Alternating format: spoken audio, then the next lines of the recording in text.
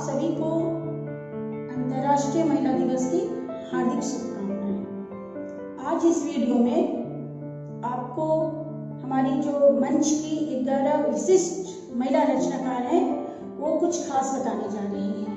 खास क्या बताने जा रही हैं वो मैं आपको बताती हूँ। हम लोग अपने जीवन में, हम महिलाएं अपने जीवन में बहुत ज़्यादा प्रभावित होते हैं अपने माता पिता से। घर में जो भी महिलाएं हैं उनसे प्रभावित होते हैं, या जो पुरुष हैं पिता के रूप में, भाई के रूप में, जो भी नाना दादा जिसके भी रूप में प्रभावित होते हैं। साथ ही जब हम स्कूल में पढ़ते हैं, कॉलेज में पढ़ते हैं, जो भी पढ़ाई लिखाई आगे करते हैं, तो जो हम महान लोगों की बातें पढ़ते हैं, देखते हैं, सुनते हैं, उनसे बहुत प्रभावित होते हैं। लेकिन इस पूरे जीवन काल में हमारे जीवन में कुछ ऐसे लोग भी आते हैं जो अति साधारण हैं, बहुत ही साधारण हैं, हैसियत के मामले में, पढ़ाई लिखाई के मामले में, बहुत सारी चीज़ों के मामले में, लेकिन फिर भी वो हमारी जिंदगी में कोई ना कोई ऐसा छाप छोड़ जाते हैं जिसे हम जीवन भर नहीं भूल पाते हैं। उसी में आज हमारी जो ये महिला रचनाकार हैं, ये उन महिलाओं की चर्चा करेंगी, अपने जीवन में आने वाली उन अति साधारण महिलाओं की चर्चा करेंगी जिनकी कोई ना कोई बात उनके जीवन पर गहरा प्रभाव डाली है और उन्हें वो आज भी अपने जीवन में एक प्रेरणा के रूप में याद करती हैं। तो चलते हैं, आगे बढ़ते हैं और हम वीडियोस देखते हैं। एक महिला प्रकृति की संपूर्णता है, जिसमें त्याग है, प्रेम है, संयम है, संतुलन है, संतोष है, और वो हर एक परिस्थिति को, हर एक अपनी विकट परिस्थिति को लेकर के साथ चलती हुई अपने परिवार को, अपने समाज को, अपने कार्यों को बहुत ही सही अंजाम देती है। हर चीजों को मिला करके अपने विश्वास के साथ, अपने आत्मविश्वास के साथ चलती है। मेरे जीवन में चूंकि अपनी माँ को मैंने देखा, अपनी दादी माँ को, अपनी दीदी, अपनी भाभियों को, यहाँ तक कि अपने आस पड़ोस में अपने रिश्तेदारों और परिचितों को भी मैंने देखा है, जिनकी कई चीजें हमेशा से ही सीखने के लिए प्रेरित करती रही हैं। मैं पूरी तौर से सोचूं, मेरे जीवन में एक महिला ने बहुत ही प्रेरित किया। मेरी माँ की परिचिता थी, जिन्हें मैं मौसी कहा करती थी। मेरी मौसी हुई वो, और वो जब भी आती घर पे एक नए उत्साह, एक नई प्रेरणा के साथ जीवन की कई तमाम मुश्किलों को वो कभी भी बयान नहीं करती थी। अपनी 4 बेटियों को लेकर के, हालांकि उनके घर के मौजूदा हालात सही नहीं थे, फिर भी वो अपनी बेटियों को उच्च शिक्षा देने के लिए उन्होंने, चाहे जैसी परिस्थिति रही हो, वे हमेशा से ही चाहते थे कि उनकी बेटियां अच्छा करे, अपने जीवन में अच्छा करे, अपने पैरों पे खड़ी हो सके। इसके लिए उन्होंने बहुत ही मेहनत से सिलाई कर, कपड़े बेच करके पैसे जमा करते हुए अपने घर को, उनकी पढ़ाई को सुचारू रूप से जारी रखा, और आज वे चारों लड़कियां अच्छी जगहों पर हैं। यहाँ तक कि उनका विश्वास इतना गहरा था, ईश्वर के प्रति उनकी आस्था इतनी गहरी थी कि उन्होंने अपने पति की लंबी बीमारी को लेकर उनका वो विश्वास कभी भी नहीं डगमगाया, और वो हमेशा से ही उन विकट परिस्थितियों से लड़ती रही। उनका ये विश्वास, उनका ये आत्मविश्वास, उनकी ये आत्मशक्ति हमेशा से ही प्रेरित करती रही है। और लगता है जैसे वो जीवन के लिए बहुत ही महत्वपूर्ण हिस्सा रहा होगा उनका, जब वो उन तमाम परिस्थितियों से को किस तरह से चलाया था, लंबी बीमारी से जूझते हुए किस तरह से उन्होंने समय को गुजारा होगा। महिला दिवस उस चीज को याद करने के लिए काफी नहीं होगा, लेकिन फिर भी आज के दिन हम उन तमाम महिलाओं को ये सारी चीजें, ये बातें देखते हुए चल रहे होते हैं कि हम महिलाएं एक शक्ति के रूप में हैं, विश्वास के रूप में हैं, और संयम, संतुलन के साथ हम साथ चल रही हैं, इस प्रकृति के साथ चल रही हैं, अपने घर को, परिवार को, समाज को, इस पूरी दुनिया के लिए हम अपना त्याग करती हैं। तो इस महिला दिवस के अवसर पर हम सभी महिलाओं को बहुत शुभकामनाएं। धन्यवाद। ब्रह्मांड की सभी नारियों को महिला दिवस के अनंत शुभकामनाएं। जीवन में आशा निराशा, संगति विसंगति, सफलता असफलता का दौर चलता रहता है। जहाँ सफलता मिलने पर हम फूले नहीं समाते, वहीं असफलता के स्पर्श मात्र से हम हताश और निराश हो जाते हैं। क्या हम अपनी असफलता को कभी सकारात्मक दृष्टि से देखने का प्रयास करते हैं? यदि नहीं तो देखना सीखिए। हो सकता है हमारी असफलता हमें कुछ और बेहतर सिखाना चाहती हो। आज इस वीडियो के माध्यम से मैं अपने जीवन संघर्ष का जिक्र करना चाहूँगी।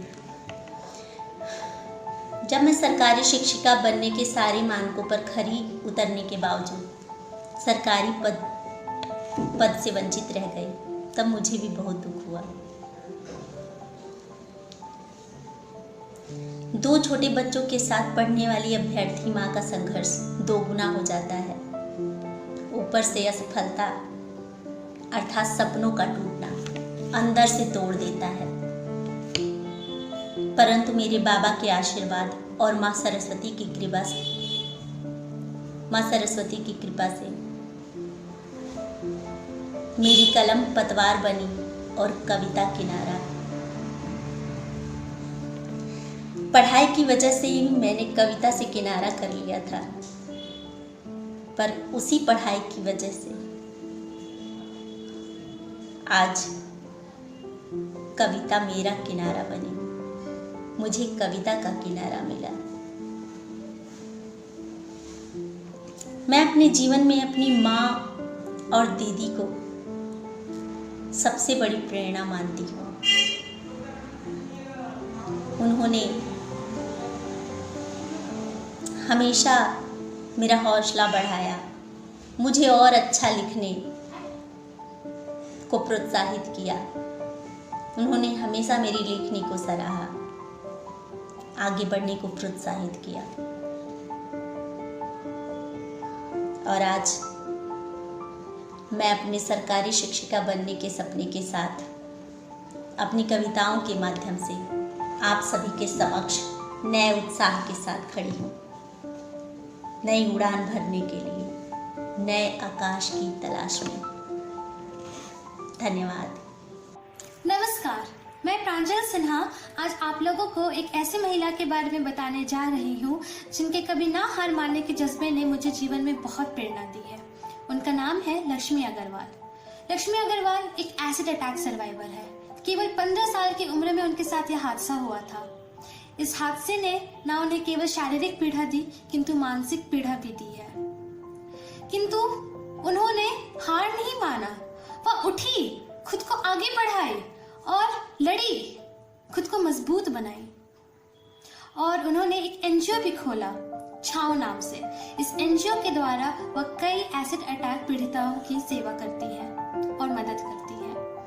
उनके इस योगदान के लिए और उनके इस जज्बे के लिए उन्हें international women of courage award भी मिला है मिशेल ओबामा के द्वारा।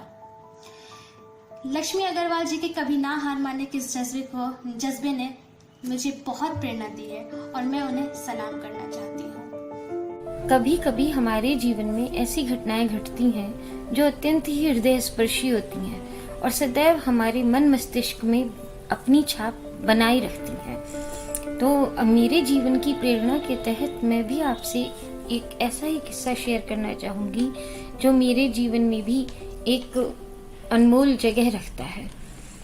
तो उस समय मैं शायद हाई स्कूल में पढ़ती थी जब हमारे यहाँ एक अम्मा जी काम करती थी। तो बहुत ही काफ़ी बुजुर्ग थी लेकिन थी बहुत फुर्तीली और अपना काम पूरे लगन से किया करती थी। कभी छुट्टी नहीं करती थी और कोई बहानेबाजियाँ नहीं करती थी। तो एक बार लेकिन वो बहुत सर्दी में ठिठुरती हुई हमारे घर आई सर्दियों के दिनों में और पापा जी से बोली कि बाबूजी मुझे थोड़े रुपए की ज़रूरत है और मेरे हस्बैंड को की बहुत तबीयत ख़राब है, मुझे डॉक्टर को दिखाना है। तो पापा जी ने कहा ठीक है, आप पैसे ले जाओ और जब तक वो ठीक ना हो तब तक आप मत आना। तो उसने कहा ठीक है, मैं आपके पैसे समय पर वापस कर दूंगी और बहुत बहुत धन्यवाद। और उनकी आंखों में उस समय इतना कृतज्ञता थी, मुझे इतना मतलब ऐसा फील हो रहा था कि उन्हें लग रहा था कि उनकी जो ज़रूरत थी उस वक्त समय पर पूरी हुई थी। वो चली गई, करीब 15 दिन नहीं आई, तो थोड़ा सा ये भी लगा कि अरे पता नहीं कैसी तबीयत होगी, क्या होगा। बट वो करीब 20-25 दिन बाद आई और उन्होंने बताया कि अब उनके पति की तबीयत थोड़ी ठीक है और उन्होंने ज़्यादा शराब पी ली थी जिससे उनके किडनी में इन्फेक्शन हो गया था। तो मम्मी ने कहा ठीक है, कोई बात नहीं, पैसे देने की कोई ज़रूरत नहीं है, जो पैसे आपको दिए थे आप उसे रखिए। तो उन्होंने कहा नहीं, मैं पैसे तो ज़रूर वापस करूँगी आपके, थोड़े थोड़े करके। और उन्होंने आगे जाके वो पैसे चुकाए भी। लेकिन उनकी पर्सनालिटी से मुझे एक बात जो सीखने को मिली कि अगर कोई व्यक्ति आप पर थोड़ा सा भी एहसान करे तो हमेशा हमें उसका एहसानमंद जीवन भर रहना चाहिए, उस चीज़ को कभी नहीं भुलाना चाहिए। और अपने जो हमारा जो स्वाभिमान है उसके साथ कभी समझौता नहीं करना चाहिए। Thank you. 8 मार्च अंतर्राष्ट्रीय महिला दिवस की डॉक्टर गरिमा त्यागी की तरफ से अनंत हार्दिक शुभकामनाएं। यूँ तो नारी की हर रूप में पूजा की जाती है, चाहे पत्नी रूप हो, चाहे बहन रूप हो, चाहे माँ रूप हो, लेकिन माँ के रूप में उन्हें सर्वोच्च दर्जा प्राप्त है। माँ होती ही ऐसी है। अब आते हैं जीवन की प्रेरणा पर। तो जीवन की प्रेरणा की बात जब होती है तो मेरे लिए मेरे जीवन की प्रेरणा मेरी माँ है, जिन्होंने मुझे हर पग पग पर जीवन के संघर्षों से लड़ना सिखाया है। उन्होंने मुझे दिशा दी कि कहाँ क्या करना है। मेरी मार्गदर्शक वो कदम कदम पर रहे हैं। उन्होंने मुझे यह सिखाया कि जीवन का मूल्य हमें खुद समझना चाहिए। अगर हम जीवन का मूल्य अपने खुद ही नहीं समझेंगे तो अन्य व्यक्ति क्या समझेंगे। एक मुक्तक आप सुनिए। नदियाँ की बहती धार है माँ, पेड़ों की शीतल छाव है माँ, सदा तेरे प्यार की हमको ज़रूरत है। मन में विश्वास आ जाता है जब, मन में विश्वास आ जाता है जब, सर पर हाथ तू रखती है माँ। तेरे बारे में क्या कह पाऊँगी, तेरे बारे में मैं क्या कह पाऊँगी। हर बच्चे का तो जीवन है माँ, हर बच्चे का तो जीवन है माँ। बहुत बहुत शुक्रिया, आपका हार्दिक आभार। नमस्कार, मैं विजयलक्ष्मी सिन्हा। आप सबों को महिला दिवस की बहुत बहुत शुभकामनाएं। आज मैं एक ऐसी महिला के बारे में बता रही हूँ जिनसे मैं बहुत ही प्रभावित हुई हूँ। तो चलिए मैं बताती हूँ कि मैं उनसे क्यों इतनी प्रभावित हुई। ऐसे जी का ट्रेनिंग चल रहा था जिसमें गांव की महिलाएं आई हुई थी। 10 दिन का ट्रेनिंग था।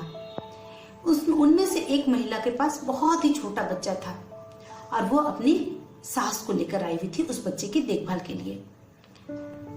करीब 5 दिन बीत चुका था ट्रेनिंग का।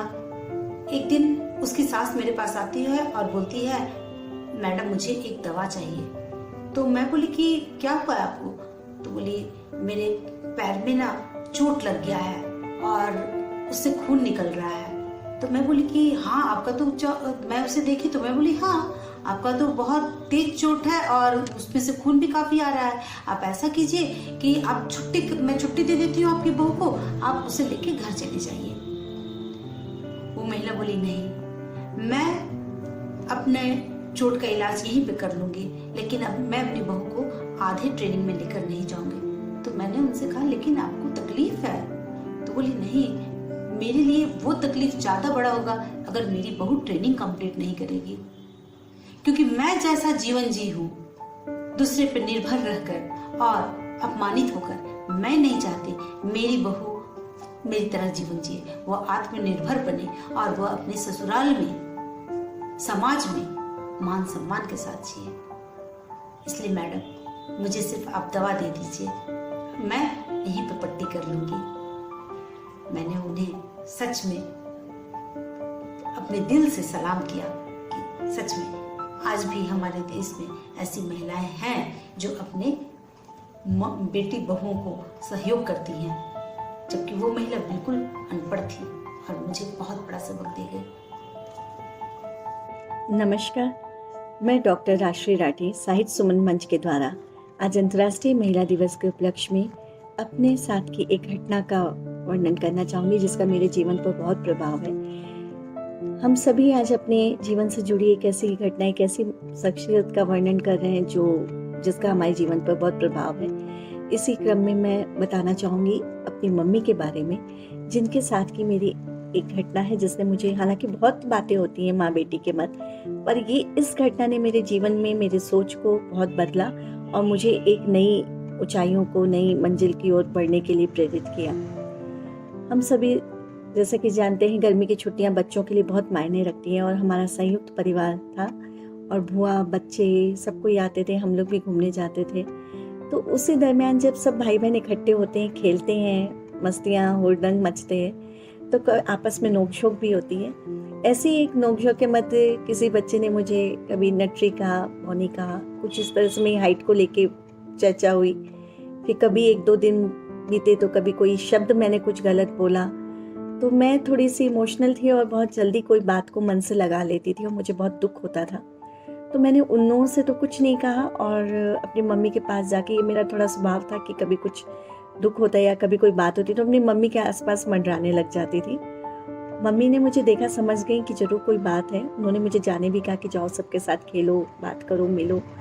मैं मना कर दी और उनके साथ ही घूमती रही, उन्हीं के आसपास कुछ काम करा रही हूँ। वो समझ गई कि कोई बात है। 1-2 दिन बीतने के पश्चात जब मैंने उनसे ये बात बताई कि मैं इस बात से बहुत दुख हुआ या किसी ने मुझे ऐसे कहा, ये ऐसे बात हुई, तब उन्होंने बहुत प्यार से और बहुत अच्छे से मुझे एक कहानी के माध्यम से इस चीज़ को समझाया। उन्होंने मुझे नेपोलियन बोनापार्ट की कहानी सुनाई और कहा कि ये पूरी कहानी सुना के कि तुमको पता है वो शॉर्ट हाइटेड था, लोग उसे नाटा बोलते थे, बौना बोलते थे, पर ये बताओ कि कदकाठी ने क्या उसके मार्ग में कोई रुकावट डाली, या उसको जो ये विश्व जीतने के अभियान में निकला था, वो जो ये कार्य कर रहा था, कभी कोई इसमें बाधा आई, बल्कि उसके शत्रु से कितना डरते थे। इस कहानी के माध्यम से मेरा बाल मन बहुत प्रेरित हुआ और मुझे बहुत ज़्यादा इससे साहस और संयम, बहुत ज़्यादा आत्मबल मिला कि, और साथ ही उन्होंने महात्मा गांधी जी के बारे में कि हमारे राष्ट्रपिता महात्मा गांधी, देखो उनकी भी हाइट कितनी थी, लाल बहादुर शास्त्री, इनका उदाहरण दिया कि बताओ क्या कदकाठी किसी की कहीं पे मायने रखती है। ये जस्ट एक फर्स्ट इम्प्रेशन के रूप में आती है कि first impression is the last impression हम लोग बोलते हैं, पर इसके साथ आपकी स्माइल, आपका व्यक्तित्व कैसा, आप कैसे चल रहे हो, कैसे बात कर रहे हो, आपकी क्या नॉलेज है, आप किस तरह से सामने वाले से बिहेव करते हो, ये हमेशा लोग याद रखते हैं। सुंदरता एक मापदंड है, लेकिन ये हर चीज़ की कसौटी पे लोग इसको नहीं परखते हैं। तो मुझे थोड़ा इससे बहुत अच्छा लगा और मैंने धीरे धीरे ये हर 1-2 दिन में जब भी कभी कोई बात होती या आगे और भी समय बीता, कुछ बात होती, मैं इस लाइन को हमेशा याद करती। बाहर भी पढ़ने गई तो कभी अगर कोई बात हुई, जैसे हम लोगों को वहाँ पर, जैसे मेरी पढ़ाई वनस्ली विद्यापीठ से हुई, तो वहाँ पे जैसे फ्लाइंग क्लब था, तो वहाँ पे जैसे एरोप्लेन की, इन सब की जो एक एयरक्राफ्ट था उसकी उड़ाने की थी, जानकारी देने के लिए हम लोग ऐसे ही देखने गए। तो वहाँ भी मेरी फ्रेंड से कहा, अरे तेरी तो हाइट बहुत शॉर्ट है, तू कैसे सीखेगी। हालांकि उस वक्त वहाँ पे वो ट्रेनिंग नहीं हो रही थी, तो इस चीज़ ने मुझे बड़ा सुकून दिया कि चलो मैंने नहीं सीखा तो ये भी नहीं कर पाएंगे। लेकिन उसके बाद ही आया कि नहीं, अगर ये मौका मिलता तो इन्हें जरूर मिलना चाहिए था। उस चीज़ ने मुझे एक वो दिया। लेकिन उसके बाद मैं घबराती नहीं, मैंने कहा चलो ये नहीं कर सकते तो क्या और तो कर सकती हूँ, मैं इतनी अच्छी पेंटिंग कर सकती हूँ। मैंने वहाँ पेंटिंग की खूब अच्छी विधिवत शिक्षा ली और भी क्लासेस होते थे डांस की, इन सब की शिक्षा ली। तो बहुत अच्छा लगता है कि आपके अंदर, जैसे मेरी मम्मी हमेशा मुझे टोकती थी कि हर इंसान में एक खूबी होती है और उस खूबी को निखारो। जो कमी है उसे लेके रो मत, जो खूबी है, जो हमारे अंदर एक प्रतिभा है, उस चीज़ को निखारने पे ध्यान देना चाहिए। जो नहीं है वो आप अगर नहीं उसको ले सकते हो, नहीं बना सकते हो, नहीं बढ़ा सकते हो तो कोई बात नहीं, पर जो है उसे मत गवाओ। और ये जो पल हमारे जीवन में आते हैं उन्हें मत खो। समय का महत्व समझो, समय को जानो और उसके अनुसार कार्य करो। बस इसी बात को दिमाग में रख कर के मैं अब आगे अपना जीवन में मैंने अपना इस बात को अपना एक बना लिया वाक्य कि हाँ, आगे बढ़ना है, जो कमी है उसे छोड़ देना है और जो पाना है उसके लिए प्रयास करना है। और आज भी मैं इसी बात को, कोई भी अगर आलोचना होती है या कोई भी कमी बताता है या कुछ, तो ये नहीं कि मैं उससे डरती हूँ या विचलित होती हूँ। हाँ, जो मैं दूर कर सकती हूँ उससे जरूर प्रयास करती हूँ, पर उनसे विचलित होकर पीछे नहीं हटती। ये अपनी मैंने घटना आप लोग से साझा की कि हमेशा अपनी विचारधारा को पॉजिटिव रखिए और नेगेटिविटी को हटाइए। Thank you. नमस्कार। मेरे जीवन की प्रेरणा के तहत आज मैं आप लोगों से जिनका किस्सा साझा करने जा रही हूँ वो कोई महान शख्सियत नहीं, एक बहुत ही आम किंतु खास, मेरे लिए बहुत ही खास महिला जो मेरे जीवन में आई। मैं ये वाकया आपको बता रही हूँ जब मैं करीब 15 साल पहले की बात है। मैं आसाम के पहाड़ी क्षेत्र में तब रहा करती थी और वो महिला, उनका नाम सीता था। वो मेरे घर काम करने आया करती थी। तो ये वाकया है फरवरी मार्च के महीने का। वहाँ कुछ मौसम उस वक्त ऐसा हो जाया करता था कि अक्सर ही रात में बहुत तेज आंधी तूफान, बिजली कड़कना, फिर बारिश होती थी। ये तकरीबन रोज का मामला हुआ करता था। तो उसी दौरान एक बार वह 2-3 दिन तक, बल्कि 4-5 दिन हो गए, वो काम पर नहीं आई। पहले तो मैंने ध्यान नहीं दिया क्योंकि अक्सर ऐसा होता था, और फिर आज की तरह मोबाइल भी नहीं था सबों के पास कि तुरंत फोन किया और पूछ लिया क्यों नहीं आए हो। तो मैं मनी मन चिंता कर रही थी, इतनी लंबी छुट्टी करी है उसने। फिर वो करीब 5 दिन पर आई तो उसके चेहरे पे जो पीलापन छाया हुआ था वो देखकर मुझे लगा शायद वो बीमार पड़ गई होगी। और तब जो उन्होंने किस्सा बताया, मैं वाकई सुनकर सिहर गई। दरअसल 4-5 दिन पहले जो बहुत तेज आंधी तूफान आया था, उसमें उनकी छत रात में उड़ गई। और उनके छत अमूमन टीन के हुआ करते हैं, दीवारें मिट्टी की, ऐसा ही घर था उनका। और समझ लीजिए कि वो छत उड़ गई, ऊपर से ओले भी पड़ रहे थे। वो अपने बच्चों को पकड़कर दूसरे के घरों का दरवाजा पीट रही हैं, लेकिन कोई खोल नहीं रहा था। ऐसे मौसम में दोनों बच्चों को छाती से चिपटा कर वो चुपचाप बैठी रही एक कोने में। दीवार गीली होती गई, ढहती गई, उनके घर का सारा राशन गीला हो गया मिट्टी में, लेकिन किसी ने दरवाजा भी नहीं खोला। खैर बारिश थमी। वैसे ही हालत में उन्होंने सवेरा किया और इतने ओले पड़े थे कि उन्होंने 5 दिन के बाद मुझे दिखाया, उनके हाथ में गहरे गहरे निशान हो गए थे चोट से। मुझे बहुत दया आई। मैंने तुरंत उन्हें पैसे की पेशकश की कि तुम मेरे से कुछ पैसे ले लो और फटाफट आदमी लगाकर अपने घर को ठीक करा लो। तो उसने कहा कि नहीं मासी, हम तो उसी दिन से काम शुरू कर दिए हैं, थोड़ा थोड़ा करके बेटे के साथ दीवार खड़ा कर रहे हैं। और तब तक उनकी कोई रिश्तेदार थी, उन्होंने एक कमरा उन्हें रहने को दे दिया था। दिन भर वो काम करके अपना घर को ठीक कर रही थी। फिर भी मैंने उसे कहा कि तुम आदमी लगा लोगे तो जल्दी हो जाएगा। तब जो उसने कहा वो बात मुझे बोलती नहीं है। उसने कहा कि मासी, ये कोई एक दिन की बात तो नहीं है, ये तो हर साल ही ऐसा होता है और हम तुमसे इस तरह पैसे लेते रहेंगे तो फिर हम महीने भर क्या खाएंगे। तो मैंने उसे समझाया कि नहीं मासी, मैं तुम्हें उधार नहीं दे रही, मैं तुम्हारी मदद करना चाहती हूँ। पर उसने मना कर दिया, हाथ जोड़ दिया उन्होंने। नहीं मासी, तुम बस इतना मदद कर दो कि कुछ दिन तक मैं तुम्हारे घर एक टाइम ही काम करके चली जाया करूंगी जल्दी, फिर मैं बेटे के साथ मिलकर, माँ के साथ मिलकर जल्दी जल्दी अपनी दीवार बना लूंगी, छत लगा लूंगी, सब ठीक हो जाएगा।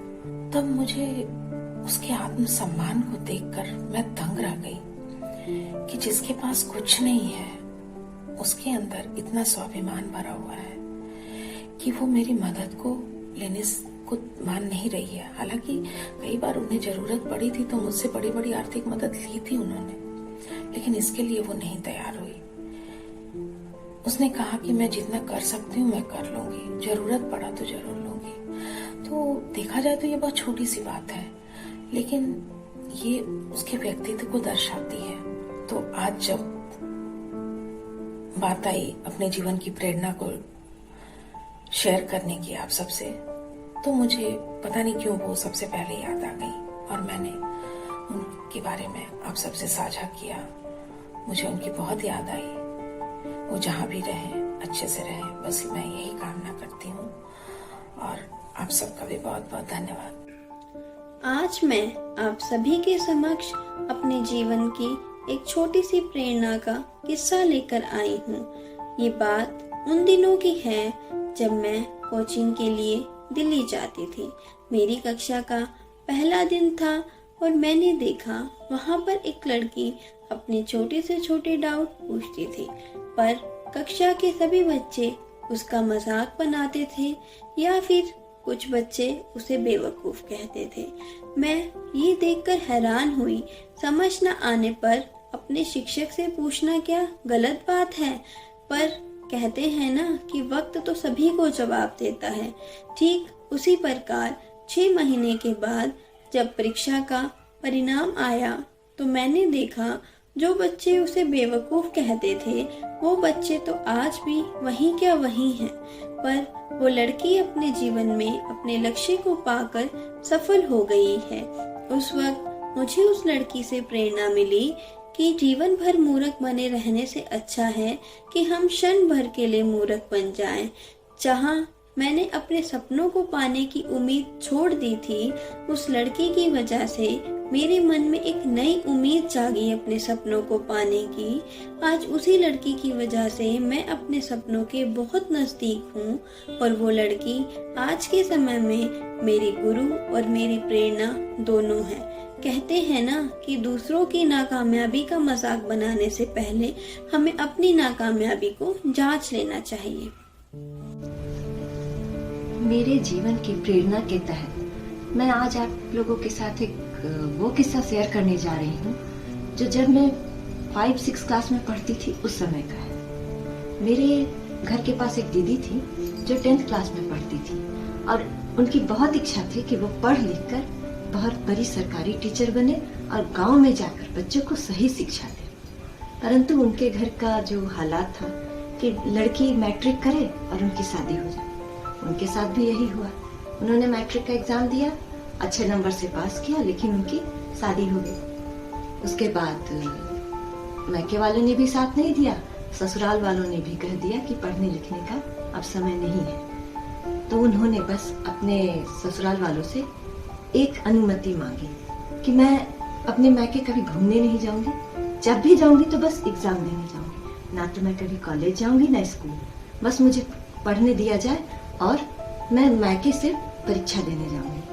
इस तरह से उन्होंने अनुमति पाली अपने पति और सास से और फिर उन्होंने इसी तरह से इंटर किया, ग्रेजुएशन किया, साथ में उन्होंने बीएड भी कर लिया। और बीएड करने के बाद उनके घर वाले उनकी लगन को देखकर बहुत प्रसन्न हुए, बहुत खुश हुए। उनके बच्चे भी अब बड़े हो गए थे, स्कूल जाने लगे थे। तो उनकी सास और पति ने उन्हें अनुमति दे दी कि अब तुम चाहो तो जॉब कर सकते हो। उन्होंने तुरंत जॉब ढूंढा।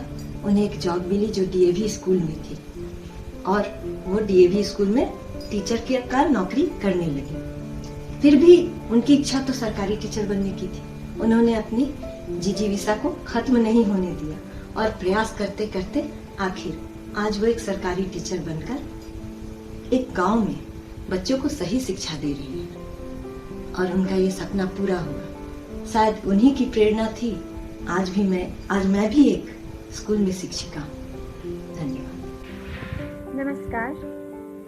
मेरे जीवन की प्रेरणा में मैं आप लोगों को आज एक अति साधारण लड़की के सहज स्वभाव के बारे में बताने वाली हूँ। ये इस वक्त 9वीं कक्षा की छात्रा है और इसमें बहुत सारी खूबियाँ हैं। इस बच्ची में पढ़ाई लिखाई में बहुत अच्छी है, लोगों से कैसे बात करना है, कितनी बात करनी है, सबों का उसे खुद ज्ञान है। बड़ों का कहा मानती है, दिल से मानती है, सोच समझ कर।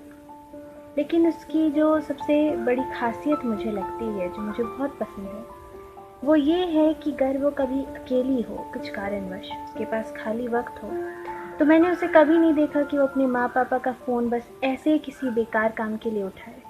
मैं हमेशा देखती हूँ कि वो कुछ ना कुछ उपयोगी करना चाहती है, जिसे हम कहते हैं प्रोडक्टिव रहना, और यही बात मुझे उसकी बहुत पसंद है। मैं चाहती हूँ कि इसके जैसे सीधे सच्चे समझदार लोग, बच्चे, युवा जीवन में बहुत तरक्की करें, बहुत सारी सफलता हासिल करें। धन्यवाद।